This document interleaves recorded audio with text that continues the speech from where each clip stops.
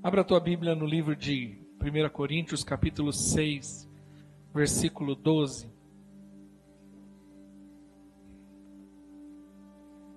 6:12. Obrigado, Valéria.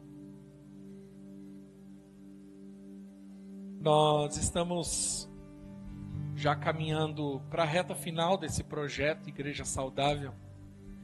E nesses 3 meses, que é o propósito desse projeto,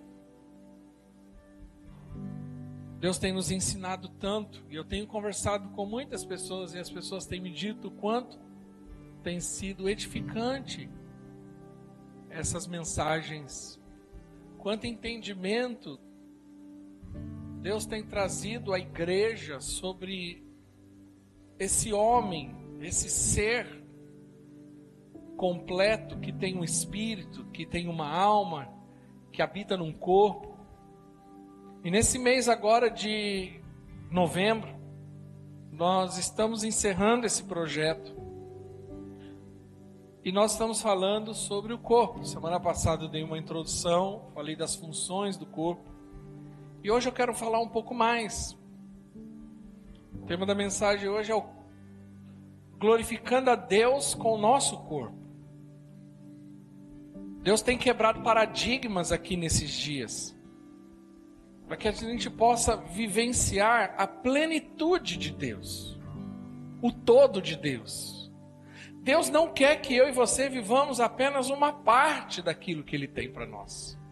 Apesar que de uma pequena parte já é algo grandioso, mas Deus tem o todo, a plenitude.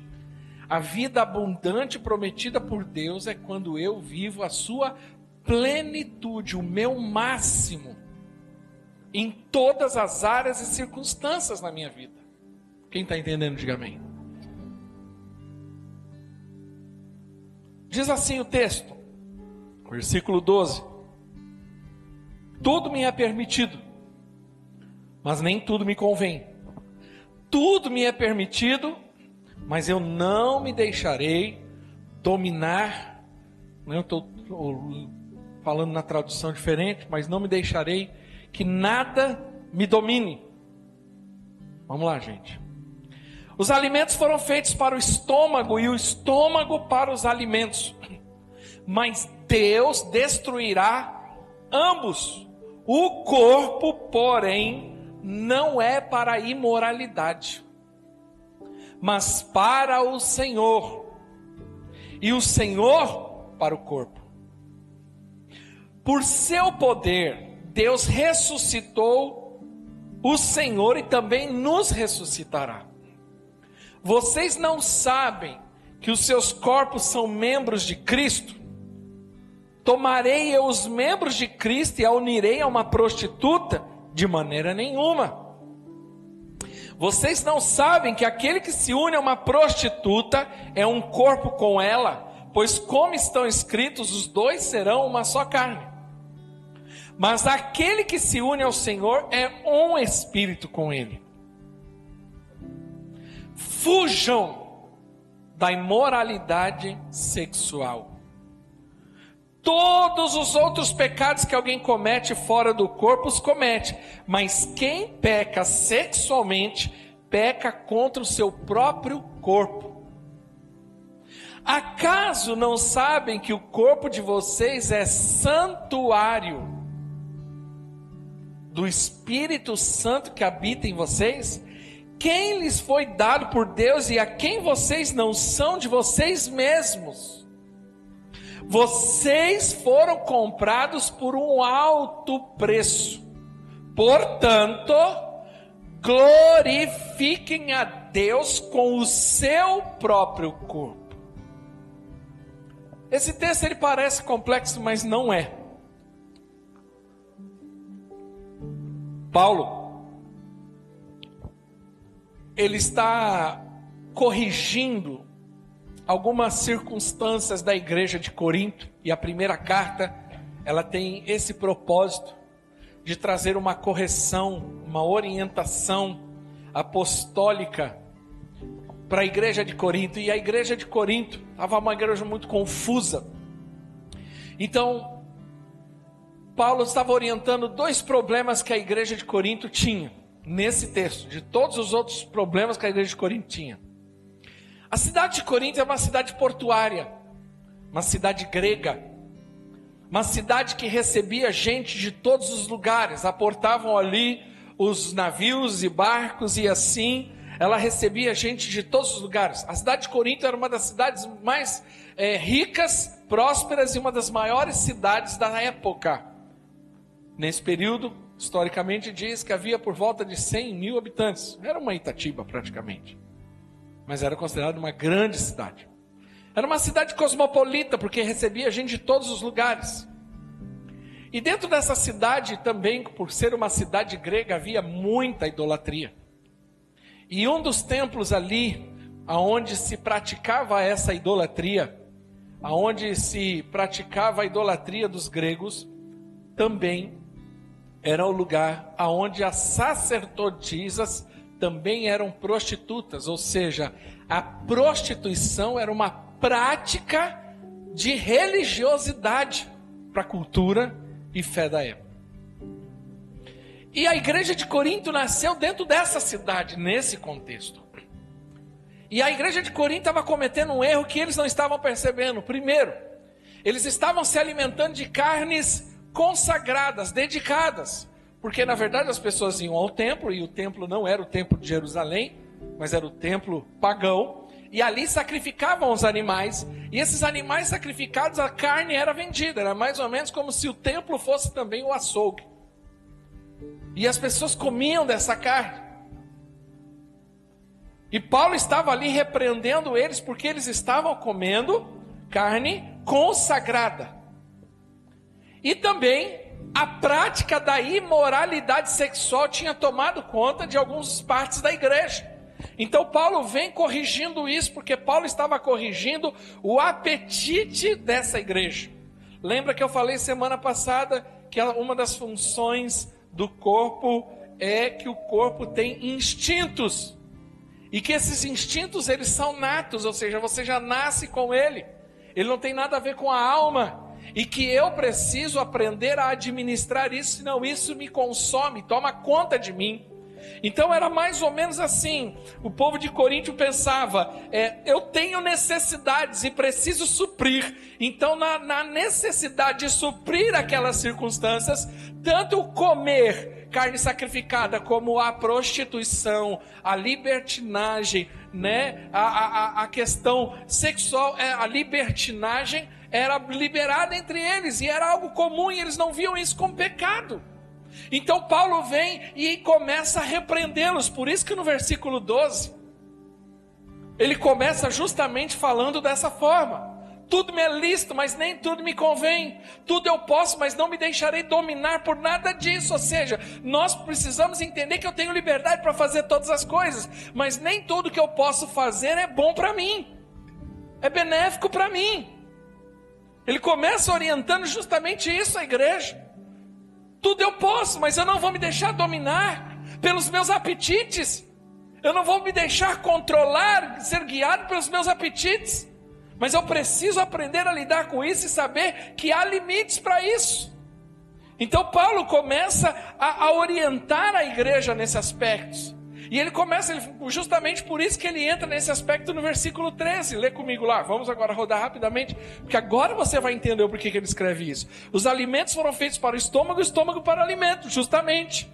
Porque eles estavam comendo carne sacrificada, que é condenada biblicamente. Mas ele fala assim, mas Deus destruirá ambos. O corpo, porém, não é para a imoralidade. Ele está falando, vocês não podem viver em função dos seus apetites, das suas necessidades fisiológicas, e se permitirem serem controlados por isso. E se nós pensarmos, a grande parte do problema da humanidade está nisso, de não ter controle sobre as suas necessidades básicas, fisiológicas, e esse descontrole faz com que um monte de problema surja.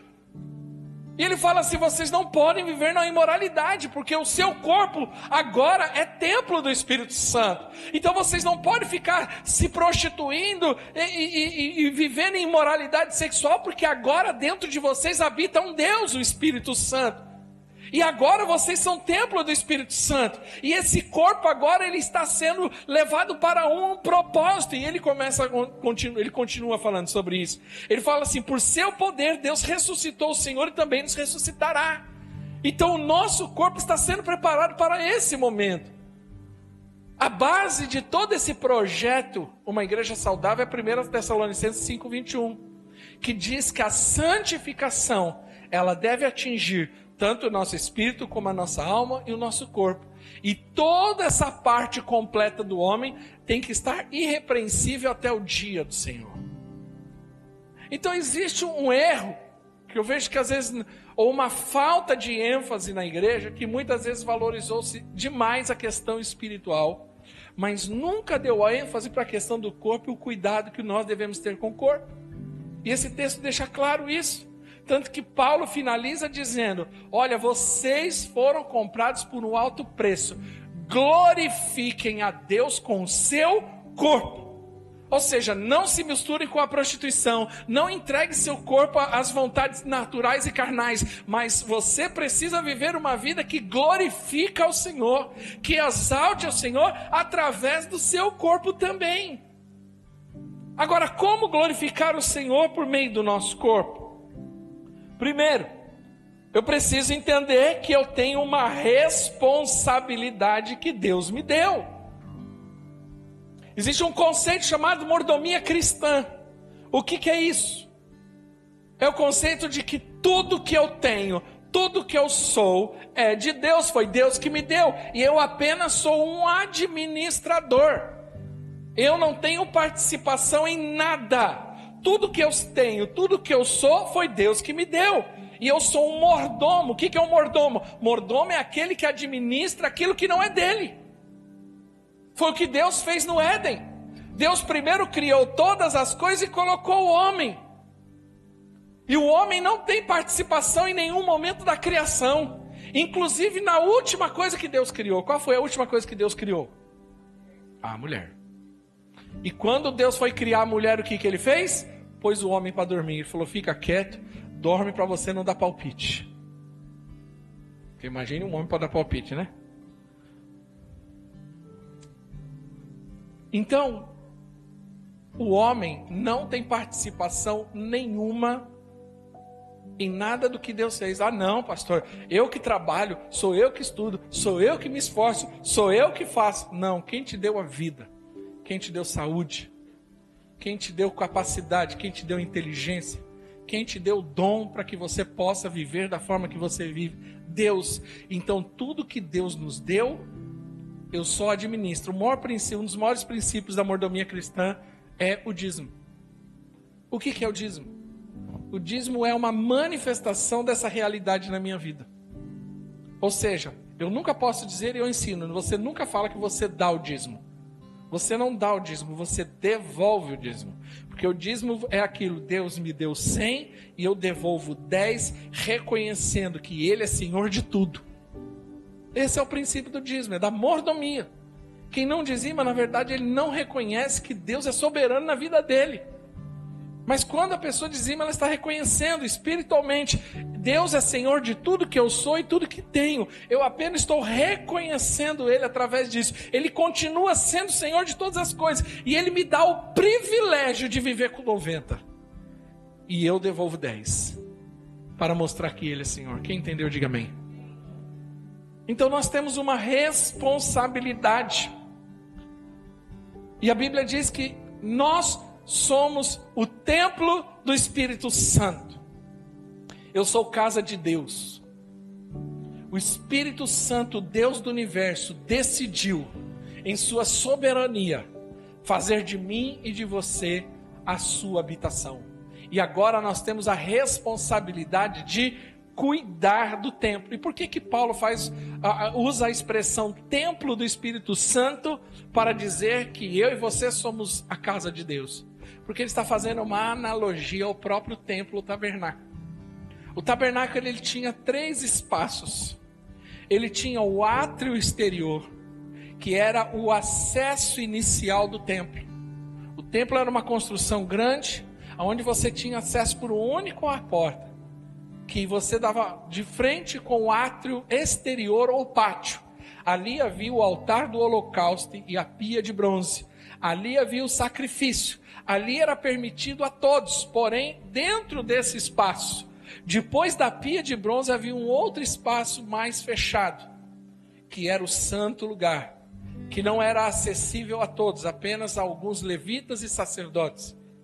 E após o segundo lugar, chamado santo lugar, havia um lugar exclusivo, chamado Santo dos Santos, aonde a arca do concerto era colocada, onde o sacerdote e o sumo sacerdote, apenas uma vez por ano, no dia de Yom Kippur, entrava neste lugar e fazia a aspersão do sangue do cordeiro sacrificado lá fora, para a remissão dos pecados, e Deus se manifestava naquele lugar. E isso é a analogia da nossa vida. O átrio exterior representa o nosso corpo, aquilo que dá acesso aos lugares mais íntimos, é o que conecta entre um e outro. O lugar santo é o lugar da nossa alma, e o santo dos santos é o lugar onde o nosso espírito habita. Porém, eu devo cuidar disso, eu devo zelar por isso, eu tenho uma responsabilidade de cuidar, ou seja, cuidar da minha vida, da minha saúde é primordial. E vou dizer mais: cuidar do corpo é uma atitude espiritual. Tem gente que acha que só tem que dar ênfase para o espírito, mas cuidar da sua saúde é uma ação espiritual. Por quê? Porque, deixa eu te falar uma coisa, você pode ter talento, você pode ter dons, você pode ter dinheiro, você pode ter conexões, você pode ter milhões de seguidores. Não importa o seu currículo, as suas qualificações e a sua conta bancária. Se você não tiver saúde, você nunca vai cumprir propósito e desfrutar de tudo que Deus tem para você. Vou dar um exemplo. No casamento. Vamos dar outro exemplo de Matheus. Eu vou usar hoje o Matheus e a Cris. O Matheus vive doente. Uma pessoa que vive doente, ela está sempre abaixo da circunstância, ou seja, ela está sempre limitada. Ela não está com o seu vigor máximo, com a sua plenitude máxima. Matheus vive cansado, sempre com sono, dor, passando mal, dor de cabeça, não importa qual seja a doença. E ele vive assim, sempre se arrastando, sempre com muita dificuldade. Só que ele tem uma esposa. Agora, como que ele vai desfrutar do casamento dele? Vamos começar dentro do casamento. Como que ele vai desfrutar da sua esposa e do seu casamento? E como que a sua esposa, com um marido doente, que vive carregando para cima e para baixo, eles vão conseguir desfrutar da plenitude do casamento, do vigor do casamento, se ele vive doente? Vamos pensar no ministério, seja qual for o seu chamado, porque quando eu falo de chamado e ministério, quando eu falo de manifestação de reino de Deus, eu não estou falando de ordenação pastoral. Estou falando o seguinte: todos nós somos chamados para manifestar o reino, seja onde for.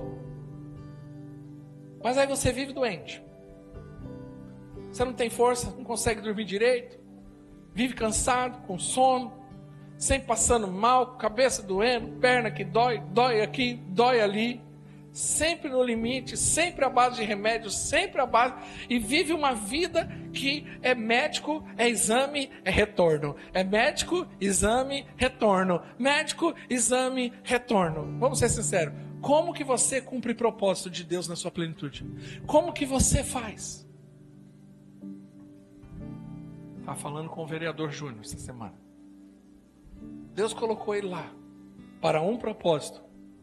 Deus tem usado ele lá na Câmara, através da vida dele, para que ele possa manifestar o reino lá. Mas aí ele me cai doente, não consegue mais sair da cama. Aí é obrigado até a ser substituído. E no lugar dele acaba entrando outro que não tem a mesma pauta que ele, que não defende as mesmas verdades que ele. E o propósito foi bloqueado. Quantos estão entendendo? Diga amém. Você precisa aprender que cuidar da sua saúde é tão espiritual para que você possa cumprir o propósito de Deus. Para que você possa viver a plenitude do Senhor. Não tem jeito. Quando eu falo que você tem uma responsabilidade, é porque vamos pensar numa casa. A casa de uma pessoa diz muito a respeito dela. Ou seja, quando você chega numa casa, que você vê lá tudo bagunçado, tudo empilhado, você vê gambiarra para tudo quanto é lado, amarrado com um cordão aqui, arame ali, o negócio pulando ali, o negócio que não funciona, sujo, bagunçado. Isso fala muito a respeito de quem mora dentro dela. De que tipo de pessoa que ela é. Eu não estou dizendo que ela é uma má pessoa.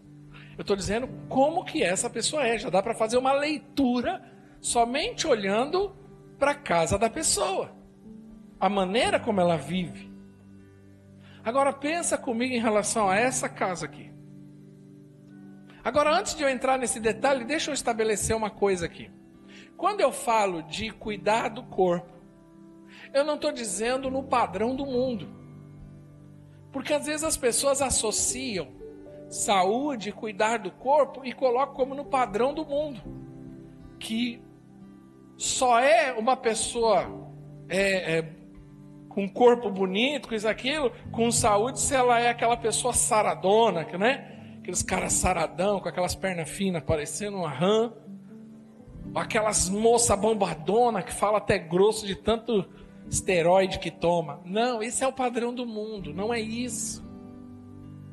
Eu estou dizendo de saúde, porque também é possível estar sarado e ser doente, não ser saudável. Isso não é significado de saúde. Então, quando nós falamos de cuidar do corpo, é como você se cuida. Eu não estou falando que todo mundo tem que ter o barriga tanquinho, né? Nada disso, porque nós temos um monte de variáveis envolvidas nisso, né? Biotipo e um monte de coisa. Então não entra por esse caminho. Mas eu estou falando de saúde. E não tem jeito. Basicamente você tem duas coisas: atividade física e alimentação. Atividade física e alimentação. Então você tem que ter uma atividade física constante e uma boa alimentação constante. Não adianta fazer, não, vou fazer atividade física. Aí você vai na primeira semana, aí depois você não vai mais. Aí você fecha lá a academia, não vou fazer o plano de 1 ano. E só vai uma semana. Ou, não, vou fazer uma dieta, aquelas dietas maluca, dieta não sei do que da lua com Júpiter. E aí você vai fazer a dieta de só comer pé de frango, sabe? Aí você faz uma semana, depois que acabou a dieta, você come o frango, o galinheiro e tudo junto. Não adianta. Eu estou dizendo que nós precisamos aprender a nos cuidar. E sermos constantes em relação a isso. Quem está entendendo, diga amém. Segundo, como que eu glorifico a Deus no meu corpo? Eu disse primeiro, eu glorifico a Deus quando eu tenho saúde para cumprir propósito. Para desfrutar de tudo aquilo que Deus me deu. Todas as coisas Deus tem me dado para eu desfrutar. Mas eu só consigo desfrutar se eu tenho saúde. Eu cumpro o propósito. Segundo, no verso 18, do capítulo 6, Paulo diz: fuja da imoralidade sexual. Essa palavra imoralidade, no original, no grego, é uma palavra chamada porneia, que é a palavra raiz para pornografia. Então a primeira coisa que nós precisamos entender é o seguinte: eu tenho um corpo que foi dado por Deus, e eu preciso glorificar Deus por meio desse corpo. quando eu fico me prostituindo, entregando esse corpo às imoralidades sexuais, eu não glorifico ao Senhor. Então a primeira coisa que nós precisamos entender é sobre pornografia. O que é pornografia? É o estímulo através da imagem. Então nós precisamos entender que esse é o mecanismo que o inimigo trabalha sabendo e conhecendo a natureza humana, principalmente com os homens. É a maneira que muitos homens são seduzidos e envolvidos na imoralidade sexual por meio da pornografia. Porque o homem, ele é um ser totalmente visual. Ele é estimulado pelo que ele vê. Só que nós achamos que pornografia é aquela coisa que eu vou falar, quando o jovem adolescente fica acessando, que quando eu era garoto, hoje eu não tenho mais, graças a Deus, nada disso, mas quando você é garoto, as revistas, hoje você tem sites, tem informação pela internet, mas é a pornografia em si que é aquela escrachada. Mas deixa eu te falar uma coisa, estou falando com muito cuidado, porque isso aqui está sendo gravado. Nós precisamos tomar cuidado. E por isso que quando nós orientamos as mulheres a serem cuidadosas na maneira de se vestirem, é porque ela pode estar gerando estímulo visual no homem. Então ela tem que ser cuidadosa na maneira de se vestir, porque o homem é visual. A mulher, ela precisa ser sábia junto com o seu marido. Falei hoje de manhã e repito. O homem e a mulher, ele precisa ter essa relação. Quando a mulher for sair de casa e se trocar, ela tem que perguntar para o marido: e aí, tá bom? E o marido tem que ter sinceridade para falar com ela: olha, não dá não. Tá perigoso o negócio, tá mostrando demais. Eu não estou dizendo que a mulher tem que andar de saia comprida, de manga até aqui, ou de burca. Mas ela precisa ser cuidadosa na maneira de se vestir, para que ela não produza essa mesma circunstância por aí. Quando Paulo está orientando para fugir da imoralidade sexual, é porque aquela igreja estava se tornando permissiva com algumas coisas. Exemplo, a fornicação, adultério e a prostituição em si. O que é o adultério? O adultério é o pecado de relação sexual fora do casamento. Por quê? O casamento é para ser puro. E o casamento só é puro quando há a relação de intimidade sexual entre o marido e a esposa casado. Então, quando há uma terceira circunstância nisso, por isso que se chama adultério, porque adulterou aquilo que é puro.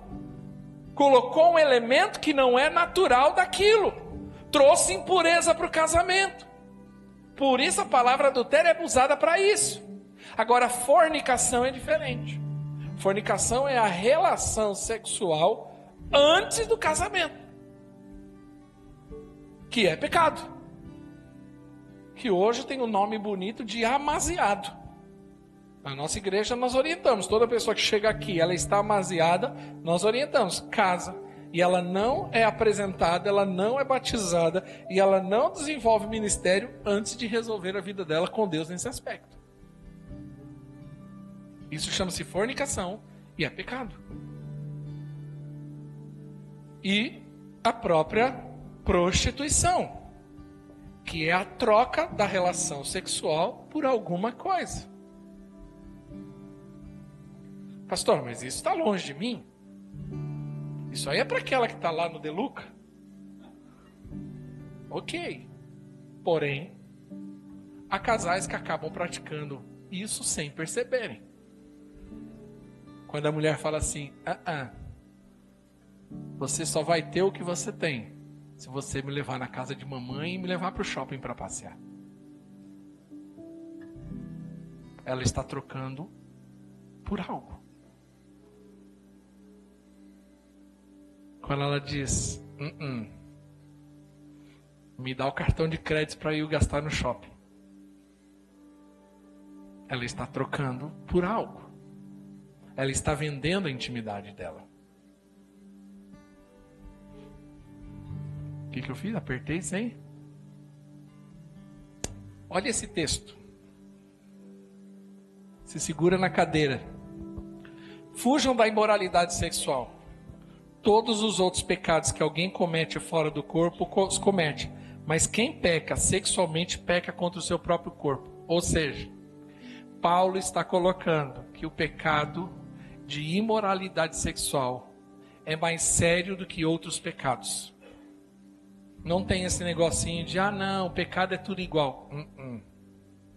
Há pecados e pecados, porque tem a ver com a consequência. O texto está dizendo, todos os outros pecados que alguém comete fora do corpo, ele os comete. Mas quem peca contra o seu próprio corpo, ele está colocando o pecado de imoralidade sexual num patamar. Porque você peca contra si mesmo. E contra o próprio Senhor que habita dentro de você. Nós deveríamos ter mais temor. O que às vezes me assusta, quando eu fico sabendo que fulano, ciclano aprontou. Às vezes o que me assusta é a falta de temor de dizer, meu Deus do céu. Será que ele não entendeu que ele é casa de Deus agora? Terceiro, como que eu glorifico a Deus com o meu corpo? Suportando as pressões. 2 Coríntios capítulo 4, versículo 7. Diz assim: nós temos esse tesouro em vasos de barro, para mostrar que o poder que tudo excede provém de Deus e não de nós. Então ele está falando, nós temos algo valioso, mas num recipiente frágil. Em todos os lados somos pressionados, mas não desanimados. Ficamos perplexos, mas não desesperados. Somos perseguidos, mas não abandonados. Abatidos, mas não destruídos. Trazendo sempre em nosso corpo o morrer de Jesus, para que a vida de Jesus também seja revelada em nosso corpo. Versículo seguinte. Pois nós que estamos vivos somos sempre entregues à morte por amor a Jesus, para que a sua vida também se manifeste em nosso corpo mortal. Por que eu disse? Como que eu glorifico a Deus através do meu corpo quando eu aguento as pressões? Porque normalmente quem cede às pressões sempre desemboca no pecado. Normalmente é assim. Em todos os lados somos pressionados à pressão, às circunstâncias. O problema é que as pessoas não sabem lidar com as pressões. E quando ela cede à pressão, normalmente ela cede e chuta o balde. Quando ela chuta o balde, ela chuta com vontade. Ela não sabe desembocar essa pressão no Senhor. Então quando ela cede, ela chuta o balde e normalmente ela comete algum pecado. Ela enche a cara, se prostitui, desanda. Aí sextou de segunda a segunda.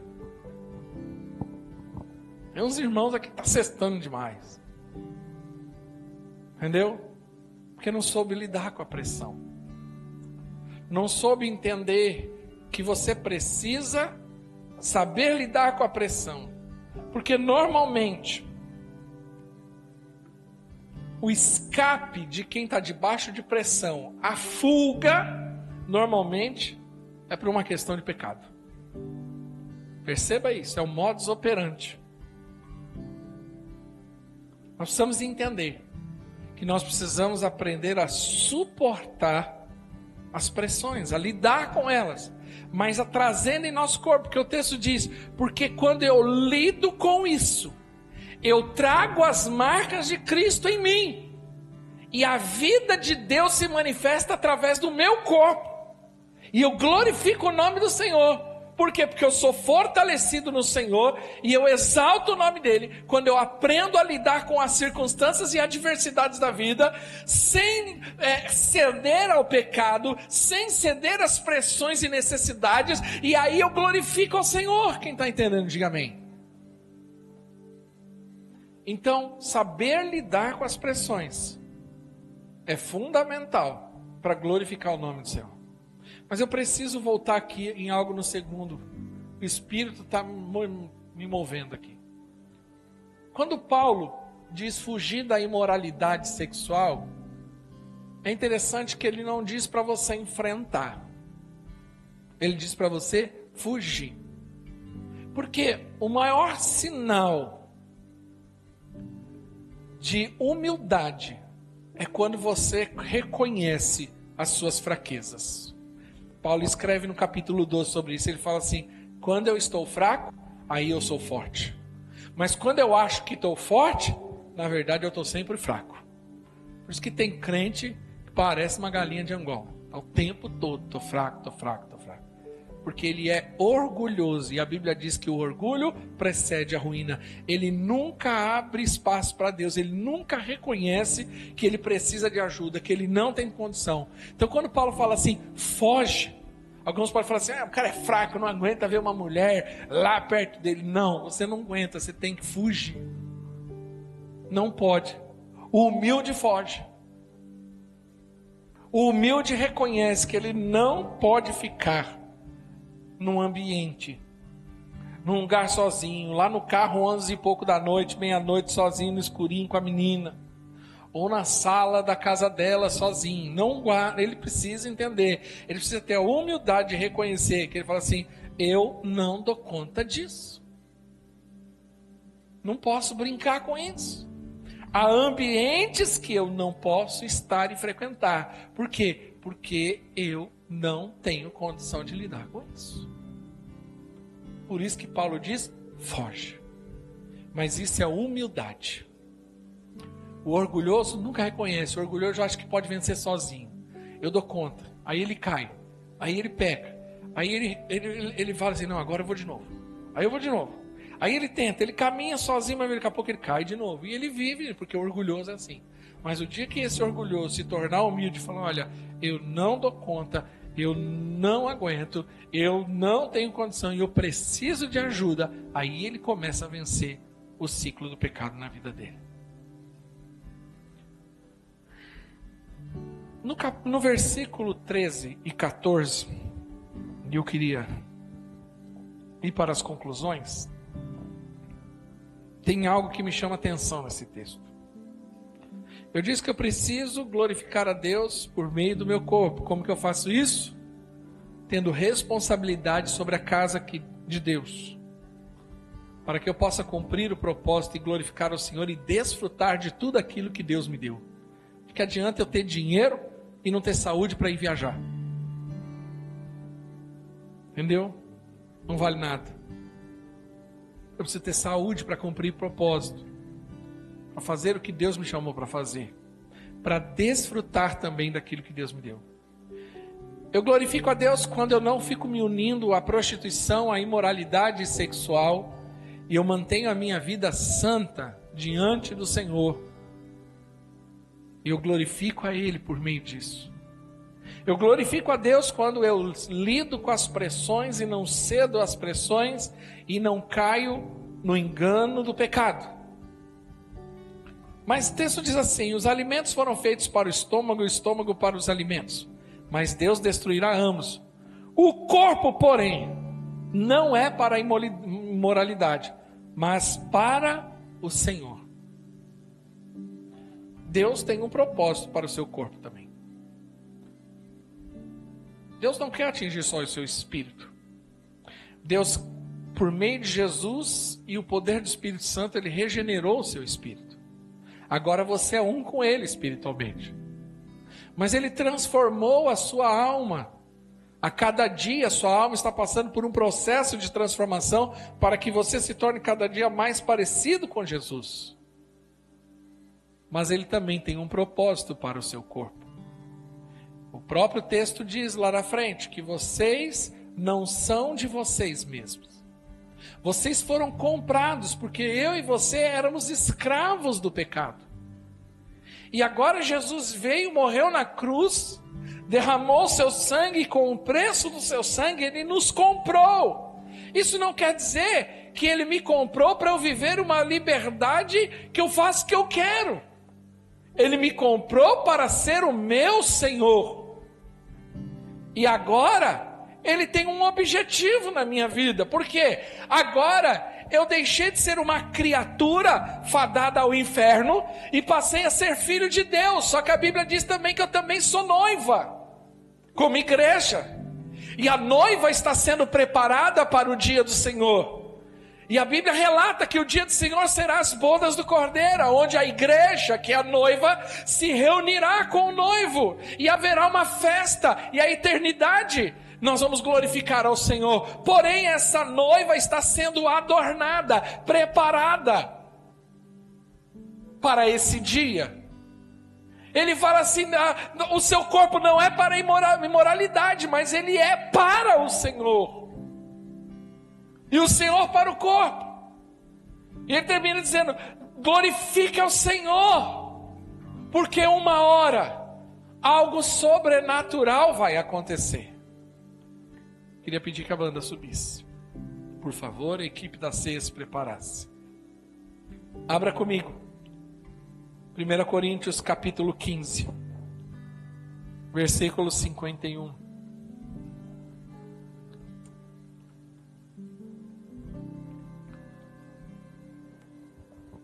Primeira Coríntios 15, 51. Diz assim: eis que eu digo um mistério.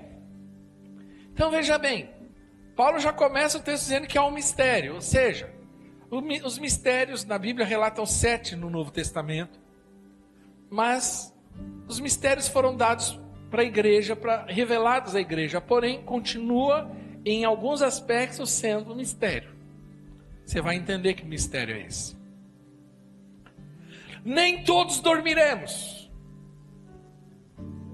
Toda vez que a Bíblia relata o dormir, é que ele está falando da morte. Então, nem todos vamos morrer. Por quê? Mas todos seremos transformados. Versículo seguinte, vamos lá. No momento, num abrir e fechar de olhos, ao som da última trombeta. Então esse texto diz o que vai acontecer. Se você quer entender que trombeta é essa, você vai lá em Apocalipse. Fala das 7 trombetas. Ao soar da última trombeta, num piscar de olhos, vai ser uma coisa rápida, instantânea, sobrenatural. A Bíblia diz: os mortos ressuscitarão incorruptíveis e nós seremos transformados. Então algo sobrenatural vai acontecer nesse momento. Está falando do arrebatamento do Senhor. É o dia do Senhor. É o dia em que a noiva será chamada. É o dia em que a noiva será convocada aos ares. A noiva que está sendo adornada, preparada. É como nas parábolas das virgens. Ali em Mateus 25, que diz que haviam 10 virgens. E que o noivo chegou, 5 porém eram prudentes, tinham azeite sobrando. E quando o noivo chegou, elas já estavam acordadas, preparadas para entrar para o momento do Senhor. Mas 5 eram insensatas, estavam dormindo, desapercebidas, não tinham azeite sobrando. E acabaram ficando de fora. Então a noiva está sendo preparada. Mateus 24, quando Jesus fala a respeito disso, ele fala por várias vezes: vigiai, estejam apercebidos, porque vai ser assim. Não vai dar tempo de haver conserto, não vai dar tempo de falar assim, não, bom, Jesus vai voltar semana que vem, então vou deixar para o último momento. Sabe aquelas pessoas que, é aquela prática de escolar que alguns têm, ou tinham, o professor dava o trabalho daqui 45 dias. A pessoa ia fazer o trabalho na noite anterior de entregar o trabalho. Então, com Jesus não vai dar tempo de fazer na noite anterior. No momento, no abrir e fechar de olhos, ao som da última trombeta, pois a trombeta soará, os mortos ressuscitarão incorruptíveis e nós seremos transformados. Próximo. Pois é necessário que aquilo que é corruptível se revista de incorruptibilidade, e aquilo que é mortal se revista de imortalidade. Algo sobrenatural vai acontecer. A Bíblia diz no livro de Tessalonicenses, diz que os mortos ressuscitarão primeiro. Então aqueles que morreram no Senhor nesse momento vão ressuscitar. Vai ser algo glorioso e sobrenatural. Por isso que Paulo disse, é um mistério. Porque imagine quantas pessoas já morreram em Cristo, não tem mais nada lá, como é que vai fazer? E aqueles que morreram queimados nas fogueiras? Mas vai juntar molécula, átomo, não sei o que vai juntar, daqui a pouco vai vir, daqui a pouco vai acontecer, blum. E nós que estivermos vivos, seremos transformados. Aleluia. Vai acontecer alguma coisa com esse corpo. Continua. Quando, porém, o que é corruptível se revestir de incorruptibilidade e o que é mortal de imortalidade, então se cumprirá a palavra que está escrita: a morte foi destruída pela vitória. A palavra revestida é literalmente colocar uma capa nova, uma roupa nova. Um corpo sobrenatural vai ser colocado sobre esse corpo. O nosso corpo, ele é corruptível. Ele já está nessa condição. Não é? Você já nasce para o fim. E cada dia que passa fica pior. Eu posso dizer isso. As rugas, algumas coisas que não tinha começaram a ter. Porque o nosso corpo está falando. Mas a glória será que nesse dia haverá um upgrade na sua vida aí. Como que é o nome daquele procedimento que o pessoal está fazendo? Lifting.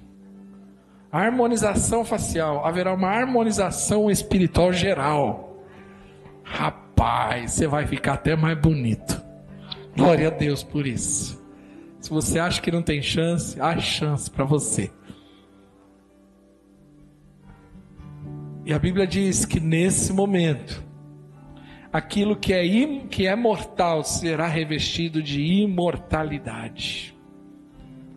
Você consegue imaginar esse momento acontecendo? E a Bíblia termina dizendo: então se cumprirá a palavra que está escrito: a morte foi destruída pela vitória.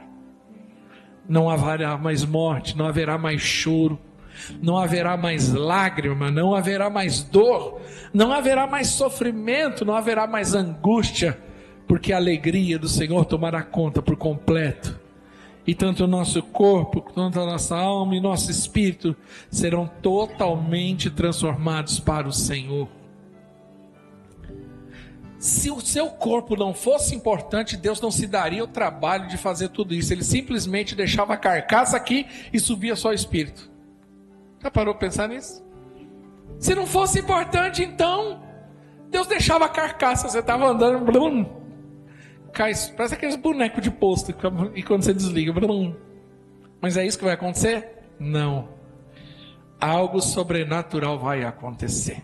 Fique de pé em nome de Jesus.